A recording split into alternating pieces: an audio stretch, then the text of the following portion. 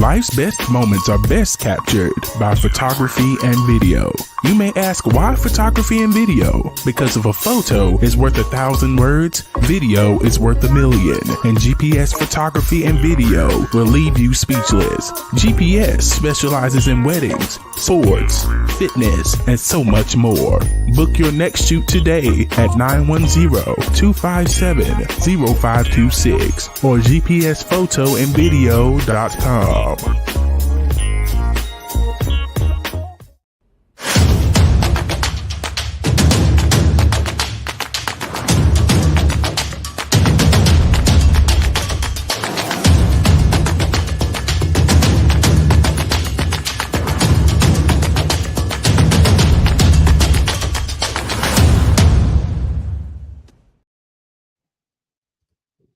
Welcome to the Amazon's podcast. I'm Glenn Young, owner of Amazon's Fitness Magazine. Celebrate the female physique. Subscribe to amazonsfitmag.com. The podcast is brought to you by Maximum Posing Suits. Celebrate your inner warrior. Let your inner warrior shine. Custom competition suits for victory on every stage. MaximumPosingSuits.com. And of course, GPS photography and video. Why photography and video? Because a photo is worth 1,000 words. Video is worth 1,000,000. GPSphotoandvideo.com. My guest, if you went out on the Amazon's Fitness Magazine YouTube channel, and if you're a subscriber, you already know a little bit about her story.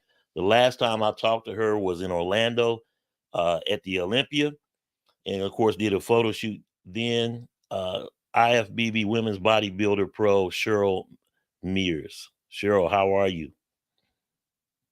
I'm doing great. Appreciate being on the show, Glenn. I'm glad you could come on. And I just wanted to follow up. Give me an update. How are you feeling? Dealing with, as everyone knows, you deal with something known as short bowel syndrome, to where you have to wear an ileostomy. That is correct. bag. Yes. And the fact that you're able to do all this and still compete, as I Yes. told you then, and I'm telling you now, that's an amazing feat, and definitely an inspiration. So talk to me a little bit about that and just tell me, hey, what's been going on? No, I appreciate that, Glenn. A lot of times I just like go, and I just I just want to be the best, bodybuilder I can be and the best athlete and so on. But with my condition, it's hard at times. I'll just go back a little bit, summarize for people who may not have heard, my story. But about 4 years ago, actually coming up June of this year, it'll be 4 years where, unfortunately, I almost died. I was about 5 weeks from show. I ended up in the emergency room where I didn't know this part happened, but I spent a week, 3 emergency surgeries. Most of my intestines were removed, and they didn't expect me to live through the night. So right now I wear an ileostomy bag, which means I go to the bathroom through my stomach. I only have 9 feet of intestines left, which is very minimal. I hardly can absorb nutrients. So everything I eat has to be calculated so I can gain weight, I can gain muscle and so forth, but it's just extremely difficult. And at times I kind of forget about that. I go, man, I want to gain more muscle. I want to gain more muscle, but I have to realize I do have a condition and I have to take it easy on myself.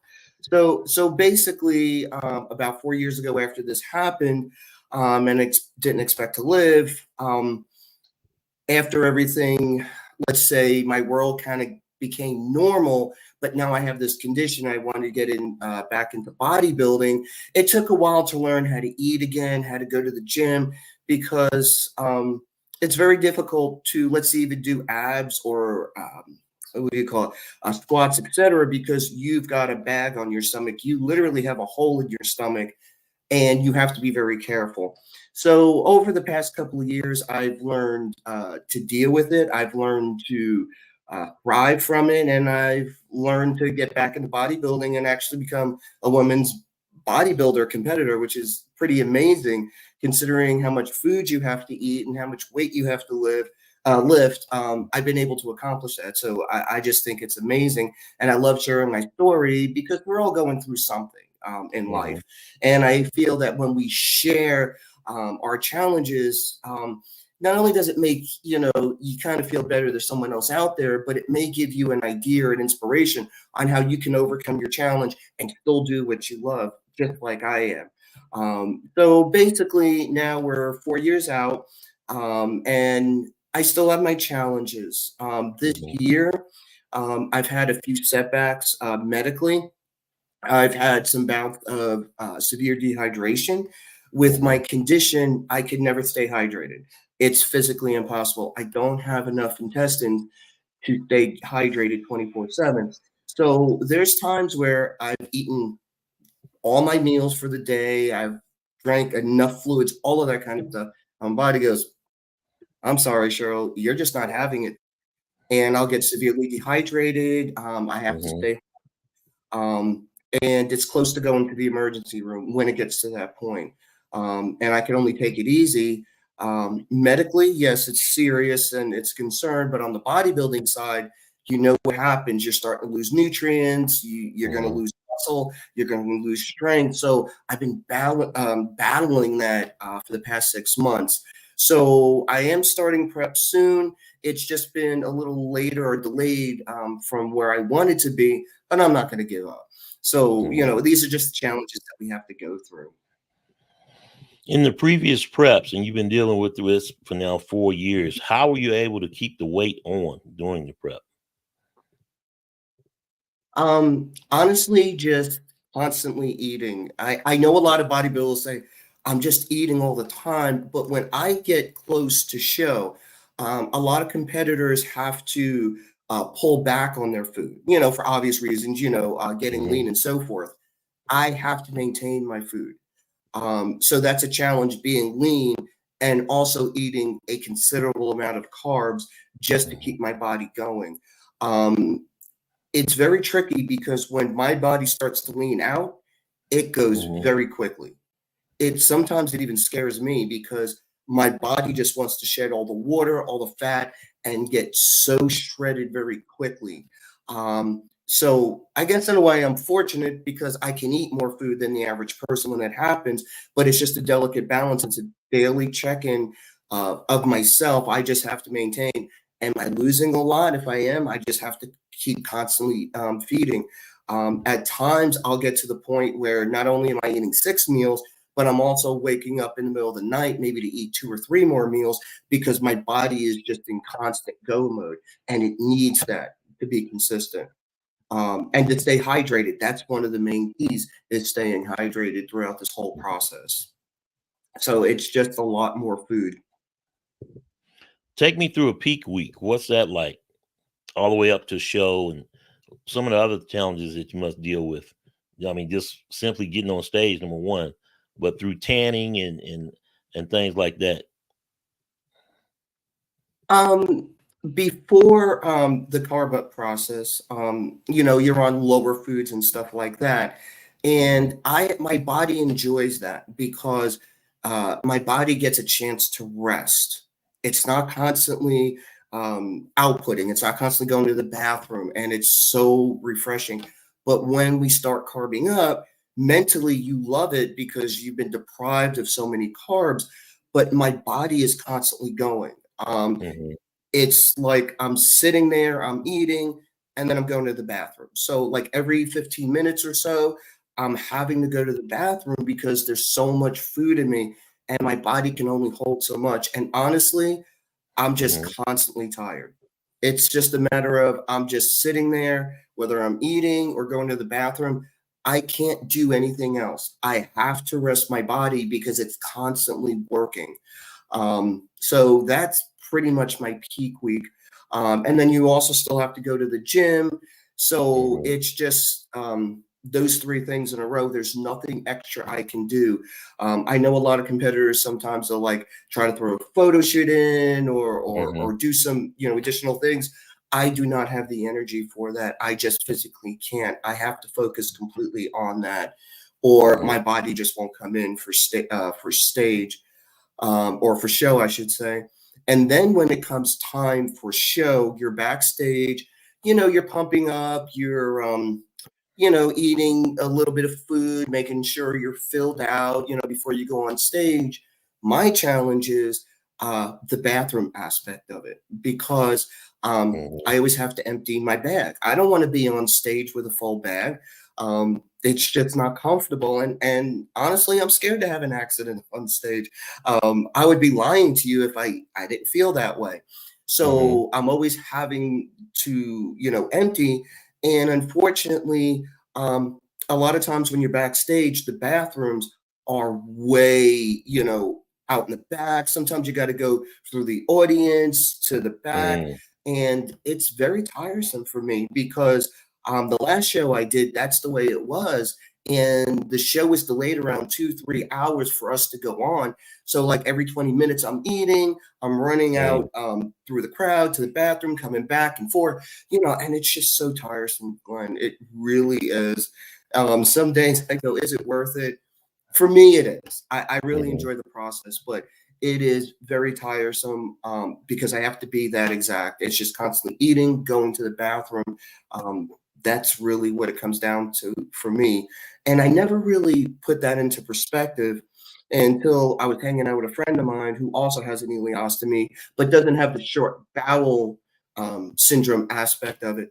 And I'm like, why aren't you going to the bathroom so much?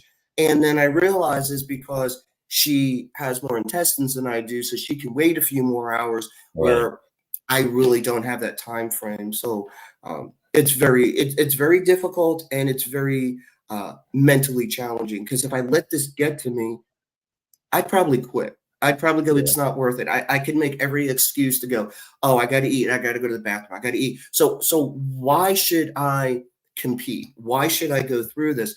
And like I said, if I let that negativity go in, I would not compete.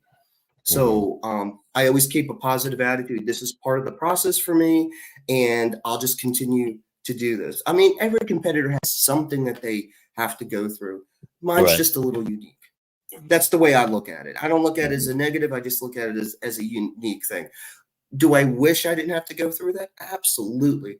But I do. But the end result is I get to go on stage, show off all the hard work that I've done, and actually inspire some people. And that is one of the main reasons why I do it. Now, I still want to be competitive, though. So I'm going to work my butt off and do what I can to be competitive on stage, just like every other person up there.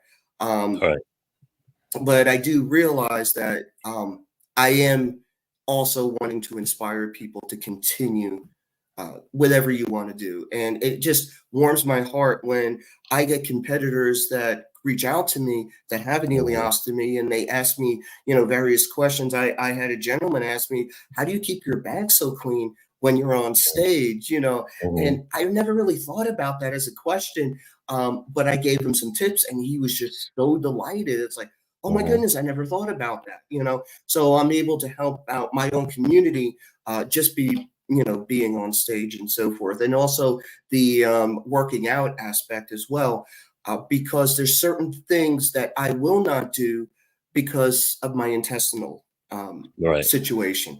I'm not going to squat heavy because I can damage myself. So I really have to look at things that are going to be the most effective for my condition. And honestly, I'm very impressed of my mind muscle connection now, because I want to compete. I want to build muscle. So now my mind says, you're going to find a way to build a great physique. And, in a way, I find this is a blessing, because it's actually improved my game. Considering the way I was before physique wise, I feel my physique is like 1,000 times better before this happened. So there's, I look at, the benefits there as well. So, anyways, that's pretty much it about, with the condition and going to show and stuff like that. But the main concern always is staying hydrated, making sure you get enough carbs in, enough food, because if you don't, your body will automatically want to dehydrate. Right. That's one of the major situations that I go through. And they still don't know what caused it? No. My condition was very rare that they claim only 2% get this kind. It was an intestinal twist. And once your intestines twist, you can't untwist them because you lose the blood supply and Right. those intestines die off. They said to me that this was like 2% statistically that ever get this, and it's usually fatal. So they are really surprised that I even survived this as well. But when I woke up after all those surgeries and they're telling me that I'm not going to make it through the night, it was really scary. I didn't feel like self-pity or why me. My mindset was like, I got to figure out how to survive because I'm not ready to die. I just didn't feel like I'm supposed to be here. It seems surreal. It's like this shouldn't have happened to me. And I don't know why, but fortunately I was able to overcome it. And the one thing that kept me going this whole time was my daughter. Fortunately, this was during COVID, by the way. So I just want to throw that out there that you aren't allowed visitors or anything like that. Right. So I was able to talk to her for a few minutes and she's on the phone and she's crying. She's like, Mom, I'm so sorry I did this to you. And she was blaming herself. And I'm like, I didn't know why she was talking that way at the time, but my mom instinct came in, like moms will protect their young, and my instinct kicked in and I said, honey, I don't know what happened to me. I'm going to survive this. This is nothing that you did wrong. I just couldn't die knowing that she thought that she did this to me.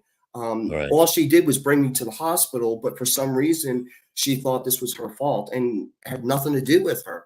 And I'm very grateful that I lived and was able to tell her that this had nothing to do with you.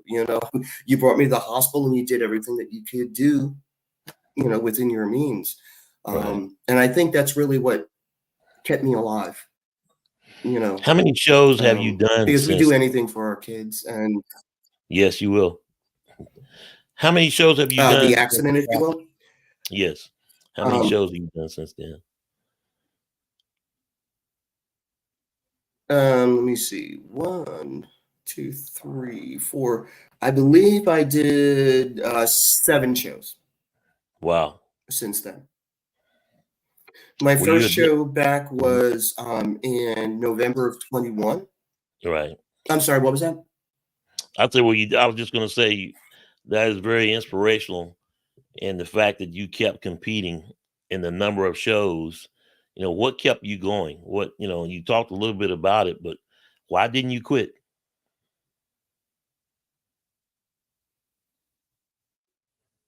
Well, honestly, the conversation I had with my daughter that I mentioned just a few minutes ago was the main reason. I was 5 weeks from show at that point. So she's, upset, thinking it's her fault. She's like, Mom, you're going to get out of the hospital. You're going to go back to bodybuilding and you're going to get back on that stage. She goes, I know it. And I'm sorry, it makes me teary-eyed thinking about that moment. And I swore to her that I will get back on that stage. And, when people listen to that, it's like, you're crazy. You almost died. You've got this condition. Just relax. Don't worry about the stage. And it wasn't the fact that the stage was that important. It was this getting back on stage was showing life. I kicked its butt. I won this battle. You cannot hold me down. And that was the reason why I kept continuing the way I did. So so what happened was a few months after everything happened, I had to figure out how to eat again. And I know that seems crazy, but everything that I was eating was coming right out. Nothing was sticking. And I would eat thousands and thousands of calories and nothing would stick. But I finally found something that was sticking. And then I slowly graduated up. And then I started eating cleaner again and more of a bodybuilder diet, the chicken and rice, kind of thing. For me, consistency is key. if like when I go from like being in a bulking mode to prep, my body freaks out for a few weeks. Not because the prep food is bad, it was just a change. And then once it relaxes, my body goes back into normal and we're all good again. So anyway, so a few months after that, I went back into the gym. I could hardly lift anything. I think I could lift 5 pounds. And it was very devastating because no one knew what happened. It was like one day she's ready for show and we don't see her for months. I wasn't posting on social media what happened to me or anything like that because Right. I'm trying to survive in the hospital and no one's allowed to see me. So I walk into the gym, no one talked to me. People that I've known for years, they stared and they didn't know what to do because my body went to skin and bones. Within Right. 7 weeks, I went from 155 muscle to maybe 120 pounds. And I couldn't even imagine being on the opposite side, seeing somebody like me walk into the gym. And I never like took offense to that. I Right. understood, but my mindset had to be at that moment, okay, Cheryl, you got to focus on just getting back in the game. So I just went to the gym. I would lift a little bit. I would learn, how my ostomy bag would be. And believe me, I had so many accidents with that bag where it would leak and I get upset, but I'm like, Cheryl, you're going to figure this out. You're going to get back to it. And it turned from, okay, the bag is a challenge, lifting weight is a challenge to, oh my goodness, I'm actually building muscle. Today, I didn't think about my bag. I just kept working out. And then it came a year later, and I'm like, I'm going to show. I don't care what I look like. I mean, within reason, you know what I'm saying? I Right. want to get back on that stage. And then in November of 21, I did Atlantic Coast. And I did that in women's physique because that's what I was before, was women's physique. But after that, I said to myself, listen, I've always wanted to do women's bodybuilding. I was told I was too small, I could never get there and all that. And then I said to myself, I said, listen, you almost died. You have this condition and you got back on stage. So I don't care what anyone says, you're doing women's bodybuilding. So the next year I did women's bodybuilding. I came in as conditioned as heck. I mean, I was impressed with, I was conditioned, but I didn't focus on getting big because this was my first real show going into prep with my condition. So I didn't want to tax my body out. My first priority was, can I handle a full prep? And I did it. And I was impressed because I did the women's over 50 and 55 with Michelle Brent. And I was honored that I got first place in both those divisions, considering, what is she, a 37-year veteran of this sport? And here I am, my first women's bodybuilding show. And, I'm taking first place. And I was just amazed, at that. And I fell in love with the sport. And Michelle and I became good friends from that because she's had a personal friend of hers that kind of went through a similar situation that I had. So we had that bond immediately when we went to the show and we were talking about it and stuff like that. So then I just continued from there. Just fell in love with the sport, fell in love with women's bodybuilding. I did Linda Murray's show that year as well. And I don't know, there's just something about women's bodybuilding that I love. I wish there was more shows to do. But, I mean, everyone's talking about, we need more shows, we need more sponsorships, and I couldn't agree more, so on. But I just truly love being around all the women out there. They inspire me every day just to continue and be the best that I can. Was it a challenge to find a coach that would want to coach you through all this? Definitely. 1000%. How did you Because handle that?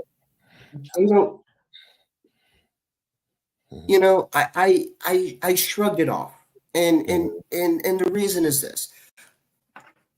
My condition is rare, and I understand that. And coaches are scared because they don't know what to do. Doctors don't even know what to do. You know what I'm saying? My doctor told me, hey, I know nutrition's important, and I don't know how to help you. And he goes, don't lift over 10 pounds. So How do you survive from that kind of advice? You don't. Right. You figure things out. But I can't put that on a coach. I can't blame a coach for saying, I really don't want to take you. They don't think I'm a bad person or a bad athlete. I mean, you look at my record, it speaks for itself. I'm very dedicated. I'm an intense, person when it comes to show and working out and my dedication. I mean, no one can question that. But I do understand that there's certain things that may not work for me that it does for a normal competitor. And I Right. get that. So I would rather a coach be upfront and say, hey, I don't want to take you than take me and mislead me along the way. So I don't take any offense to that. I just keep going and going and I learned. I learned my body. I learned how to basically coach myself also. Right. As we get, more into the sport, yes, I believe in having a coach 100%. I'm not saying, oh, we should never have a coach. But you do learn about your body and you learn the basics. You learn what you should do. And, the warning signs when, prep isn't going right or your bulking season and stuff like that. Because ultimately, you're responsible for you. You can't blame your coach for anything. You can't blame others. It's all up to you. So you got to learn as much as you can, but you do have to have a partnership with a coach. 100%. You need, the separate eye, if you will, the look, kind of thing. Right. So it was hard. The kind of coach that I think is good for me is somebody who likes a challenge. That's the best way that I could say it. If you're gonna do a cookie cutter, forget it. I'm not your person. I really Right. not. I'm actually very easygoing when it comes to coaching. You tell me what to do, I'm going to do it, but I will question you Right. if things aren't going right or whatever. But once I feel confident, you can leave me for months. I'm going to do my thing. I won't cheat on the diet and the workout programs and all that kind of stuff. From that perspective, I'm pretty easygoing. But when those conditions and stuff come up, yeah, that's when, there's a little challenge. One thing that people would generally understand is about vegetables. They're always in the diet, especially when you're leaning out, broccoli, asparagus, cucumbers, all of those things, we're eating those till we're sick of them, but we understand the importance of that. I cannot do that. Right. And some coaches will be like, no, you have to. No, I don't. One, my body leans out very quickly, but two, those things can get stuck in me and hurt me. So I know I can't do that. So I would need a coach that understands that. But from that perspective, that's pretty much the only thing that I found from a coaching perspective that is different than most other competitors out there. How did you get your protein? Does it seem like you never had enough, although you were able to continually eating? Well, what was the chief protein source for you? Protein powder and ground chicken. Well, ground chicken breast, not the fatty part. Gotcha. Everything that I eat is ground. Because my body can't process regular meat efficiently. Now, I'm not saying I could never, have a little bit of regular chicken here and there, but it's better that everything is ground. So that's what I do. So Right. everything is soft as possible, but always clean. That's pretty much it. I mean, that's what most people eat anyway. Yeah. I don't have to worry about grilling the chicken and getting it. A lot of people go, "Oh, I grilled the chicken and it came out dry and stuff like that." Everything for me is ground, so it always comes, out perfect. Those are my primary sources. I don't do steak. hmm I'm trying to think of what else. Yeah, that's pretty much it. I won't do steak or anything hard. No sushi at all because the fish is hard on the digestive system as well. But for the most part, I mean, it's easy to get in. It's just absorption. So I'll eat little amounts of protein very often. And I hmm notice for me, when I get heavy in prep and I start dehydrating more and I'm leaning out, I need more protein. So I'll start, drinking more shakes or I'll eat more egg whites. Egg whites were always my friend. I'll wake up in the Right. middle of the night and probably have 5 or 6 egg whites just to keep my body, in maintenance. And I'm sure most people go, that is insane, but my body's different. So I've got to listen to it, and it's worked out, pretty well. Talk to me about some of the judges' feedback.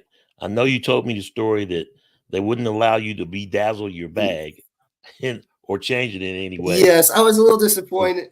Yeah, I was a little disappointed in that, because it's like I wasn't gonna go like crazy and put my name and number and all that. But like my first suit, I think it was like a bluish yellow tint. It was beautiful, and I was just gonna do a plain like aqua bag, and they're like, no, I'm sorry. So I mean, maybe some of the other promoters might allow it, but I just got to the point where I'm just gonna do my thing. Just go on stage with the bag and be the way it is. I was pleasantly shocked. My first, well, I'm not going to talk about my the show in 21. I mean, the judges' feedback was not good because I wasn't 100% ready for that show, but I decided to do it for my mental health. I said, I'm going to get back on stage and I'm going to do it. So I remember Serge was the head judge, and I went up to him and I said, what did you think? And he immediately turned me around, pointed to my glutes, and goes, you need to fix that. I knew he was going to say that. There was no question in my mind that he wasn't going to say that. But again, I went up there just to prove that I can get back on stage. So he never said anything about my bag or anything like that. He just says, you got to fix that. So I ended up walking away. And something said to me, Cheryl, you can't leave. You got to ask more questions. So I went back up to him. I said, I'm sorry to ask you again. And I understand you said about my glutes. But is there anything else?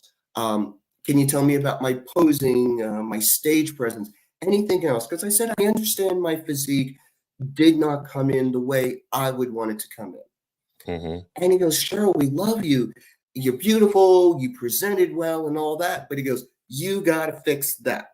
So I just smiled and walked away, happy knowing that what I could fix, I did. And when I couldn't fix in time, there's more time.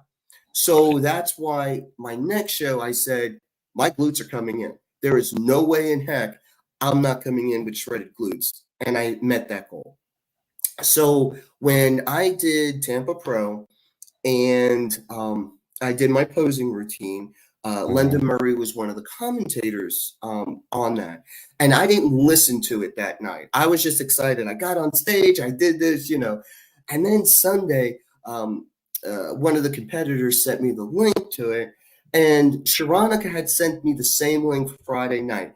But my phone is blowing up. I didn't see it, and if I saw it that night, I probably would have been doing backflips. But anyway, she was just commenting how beautiful I looked, how my body was in great shape considering my condition. I mean, she was just complimentary all over the place.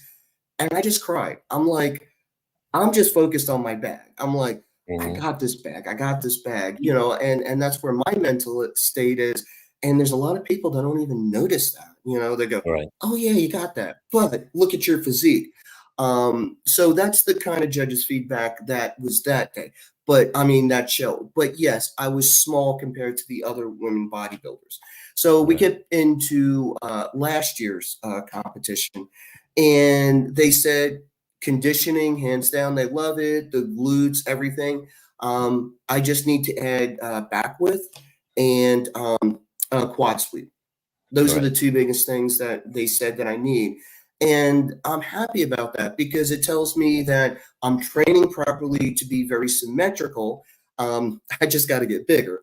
And those are the, everyone's, trying to get bigger and symmetrical and, all that kind of stuff. But for me, it's a challenge because of the nutrition factor and so on.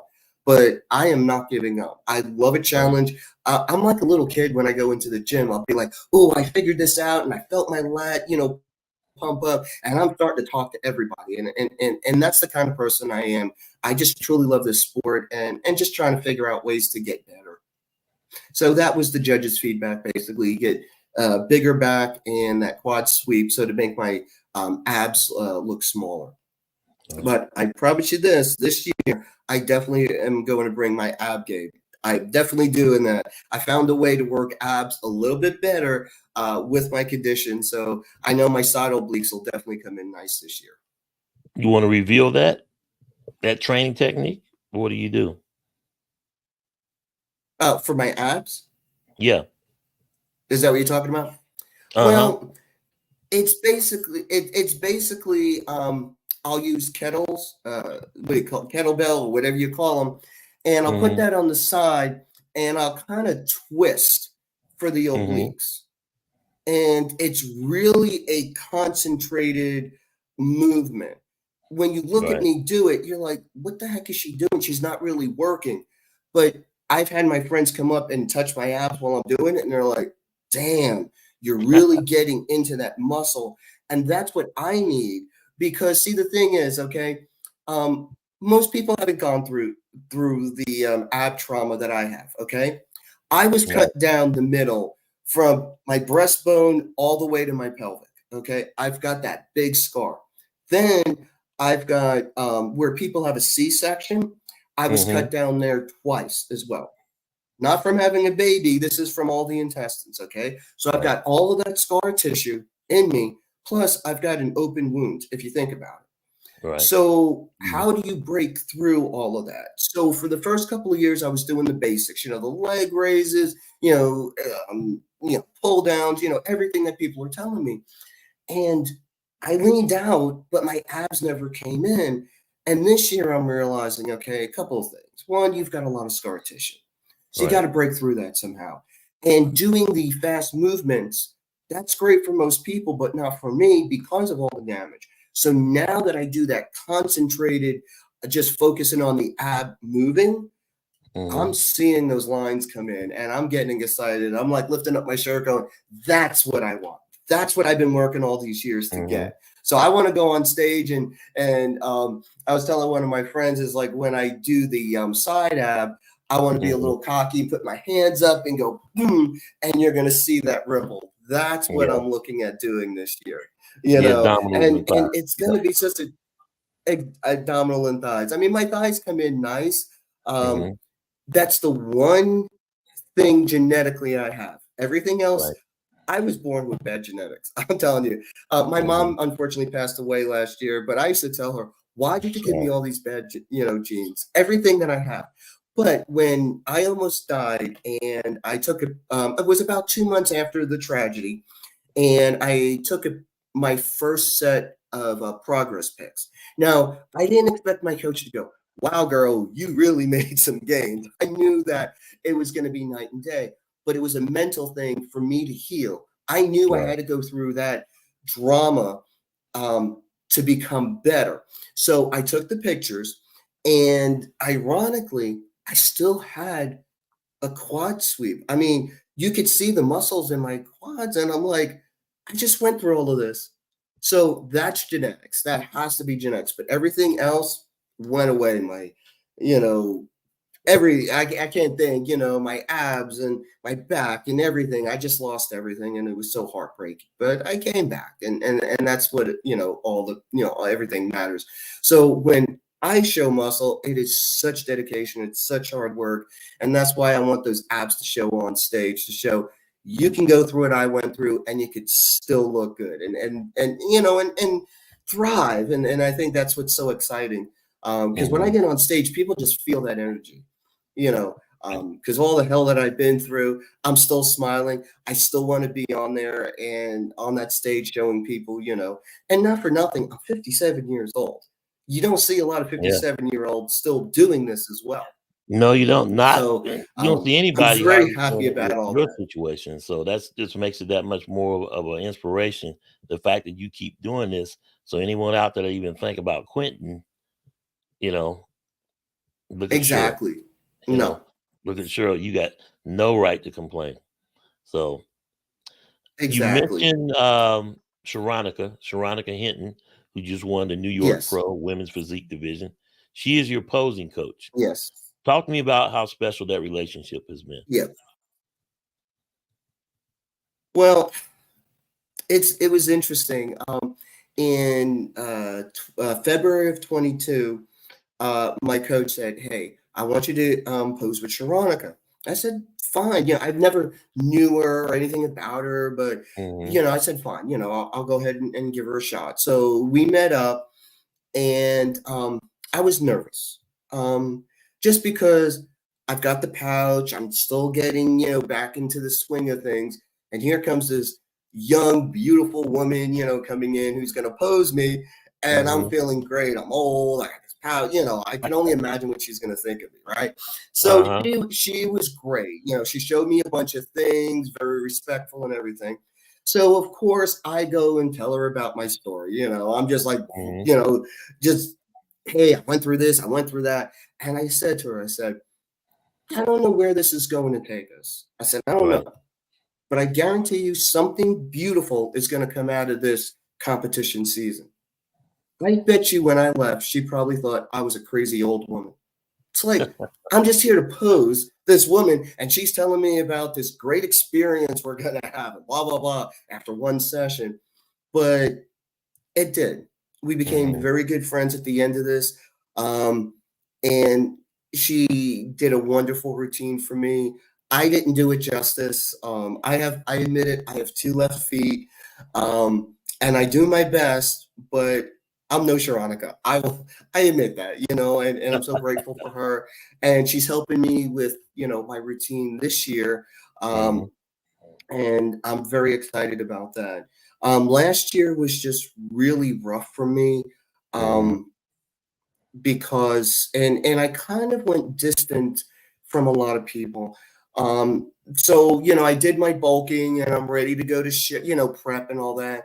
And my mom, her cancer turned terminal in June of last year, and that's when I started prep for Masters Olympia. So I was planning on, okay, gonna have this wonderful posing routine, do a lot of posing sessions, do a lot of social media stuff, to say, hey, I'm going to Masters Olympia.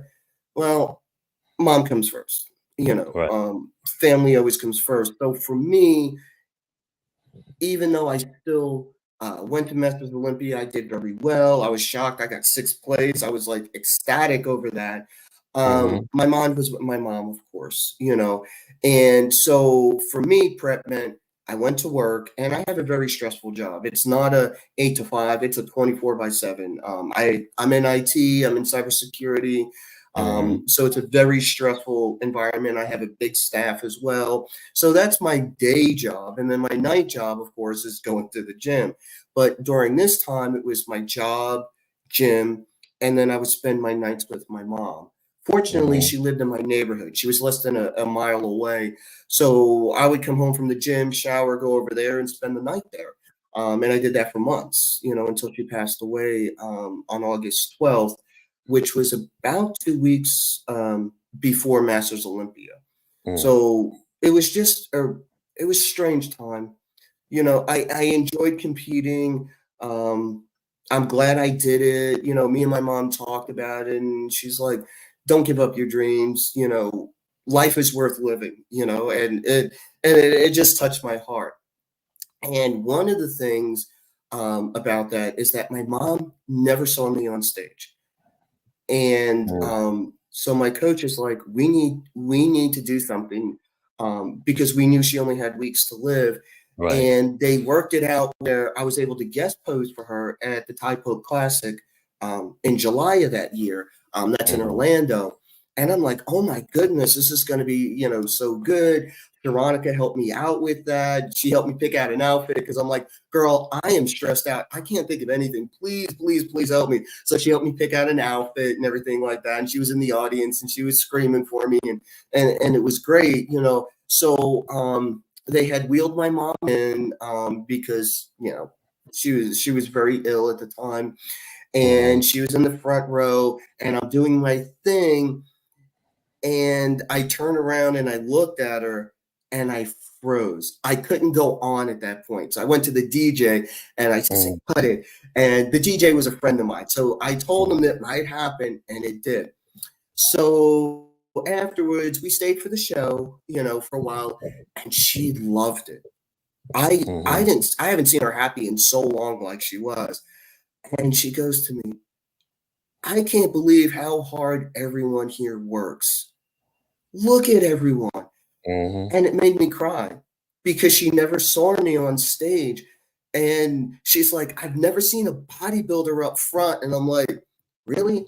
You see me all the Yeah. time. I'm a bodybuilder. But I get what she was going after, and Right. she really enjoyed the show. And I'm so glad that towards the end, she got to experience what I do and what I love and the passion. Because up until that point, you never really understood.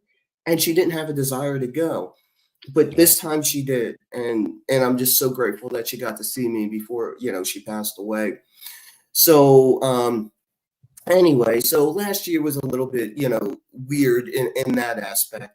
But this time I'm ready to share. Once I go into prep, ready to share all my experiences and everything. I did a Mm-hmm. post this morning of a photo shoot.